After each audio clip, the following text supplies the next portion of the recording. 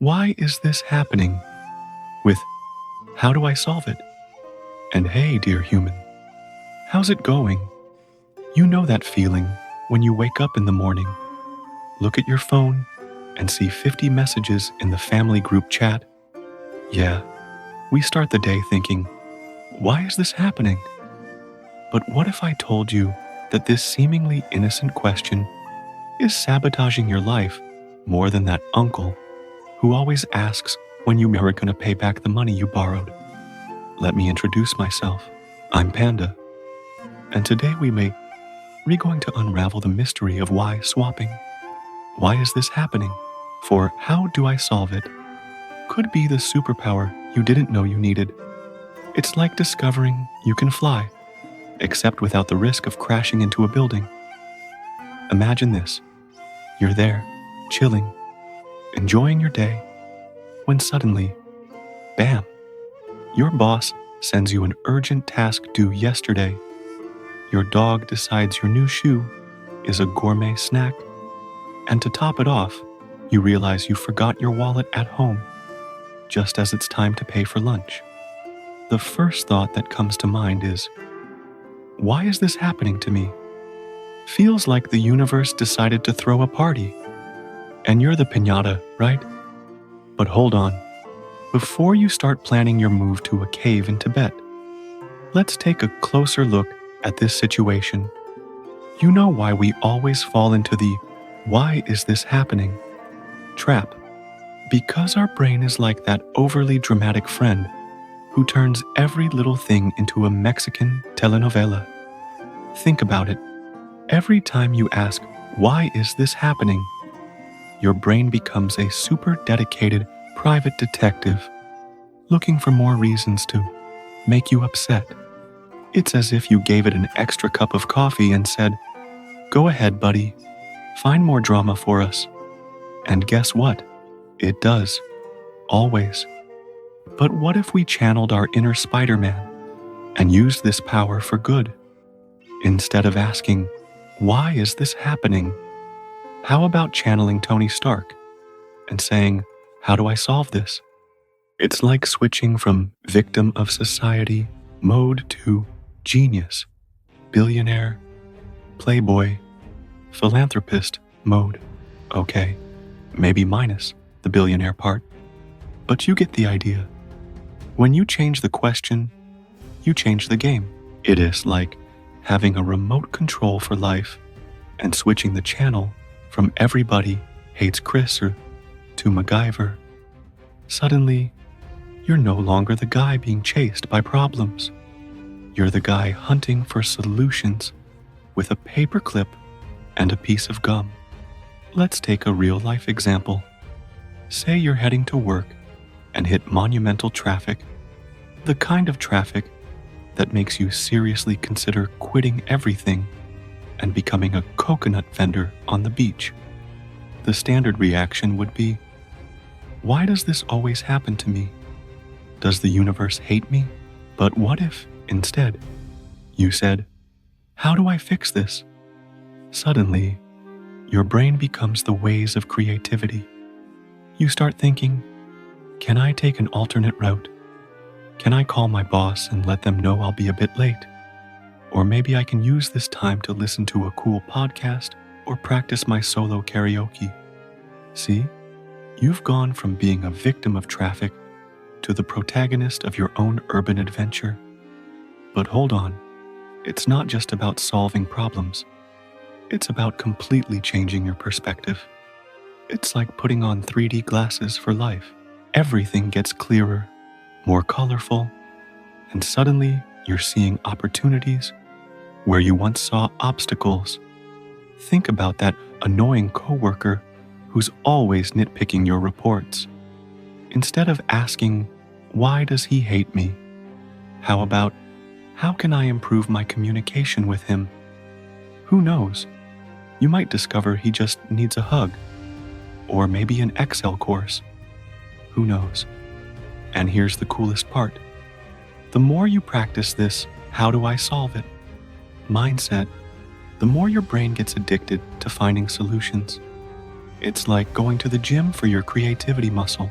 Before you know it, you're solving problems like Batman, except without needing a cape. Unless you want one. I'm not here to judge your style. Now, I know what you're thinking. Ah, Panda, but some problems don't have solutions. Aha, my friend. That's where the magic happens. Even when the situation seems more lost than a sock in the washing machine, how do I solve it? Helps you focus on what you can control. Let's say you lost your job. Tough situation, I know. Asking, why is this happening, will only drag you into a spiral of self-pity deeper than a black hole. On the other hand, how do I solve it? Opens up a world of possibilities. How can I use this time to learn a new skill? How can I turn my hobby into a source of income? Is it time to fulfill that crazy dream of opening a crepe stand on the beach? Of course, not everything in life has a magical solution. Sometimes, the answer to how do I solve it might simply be, how can I deal with this in the best way possible? And that's okay. The important thing is to maintain this mindset of seeking alternatives, of being the author of your story instead of the side character who just complains. Now, let's talk about something serious. The boomerang effect of complaining. You know when you throw a boomerang and it comes back to you? Well, complaining works the same way. Every time you say, ugh, this sucks, to the universe, it's like ordering more reasons to complain. It's like ordering pineapple pizza, hoping it'll come with pepperoni. Not gonna happen, my friend. Science has shown that the more we complain, the more our brain tunes into negative things. It's like having a radio in your head that only picks up the station. Everything going wrong FM. Before you know it, even the birds chirping in the morning become a reason to get irritated. But relax, I'm not here to just throw truths at you and run away. I've brought some foolproof tips to help you start practicing how do I solve it in your life. Think of it as a first aid kit for positivity.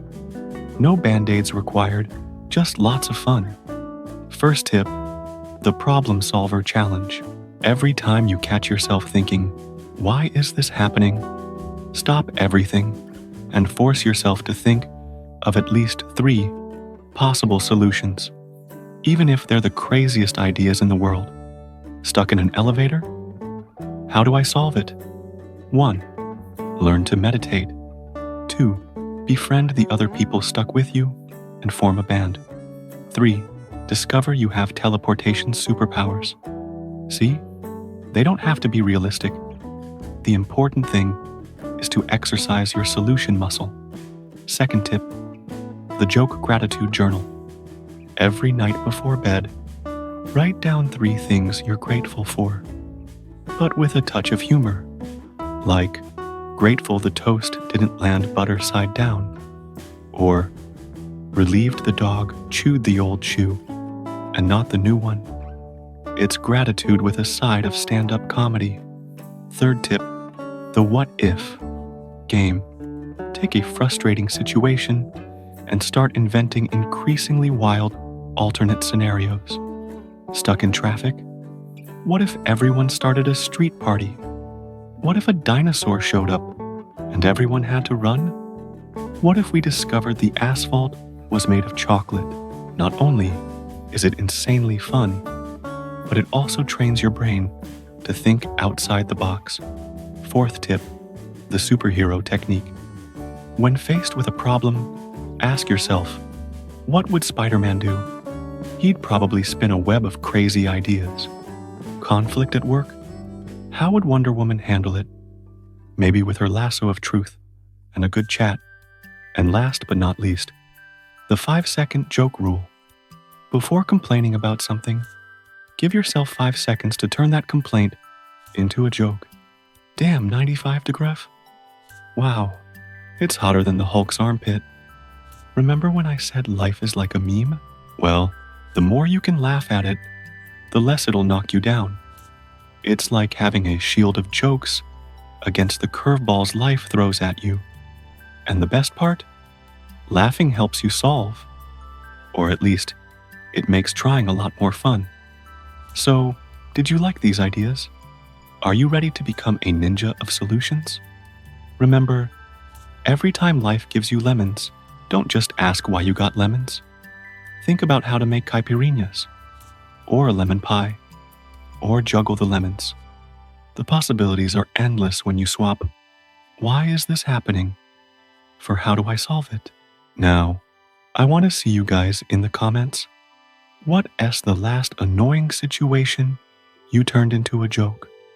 Or better yet, share a crazy solution you came up with for a daily problem. Who knows? Your idea might inspire someone. If you enjoyed this chat and want more tips to turn your struggles into growth opportunities, or at least into great stories, don't forget to subscribe to the Attitude of Wisdom channel. And remember, life is one big stand-up comedy show. Sometimes you're the comedian, sometimes you're the punchline, but the important thing is to keep laughing and solving. Until next time, dear human, peace, love, and fewer complaints.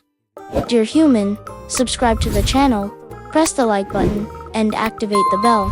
And this way you will have more knowledge here on the channel.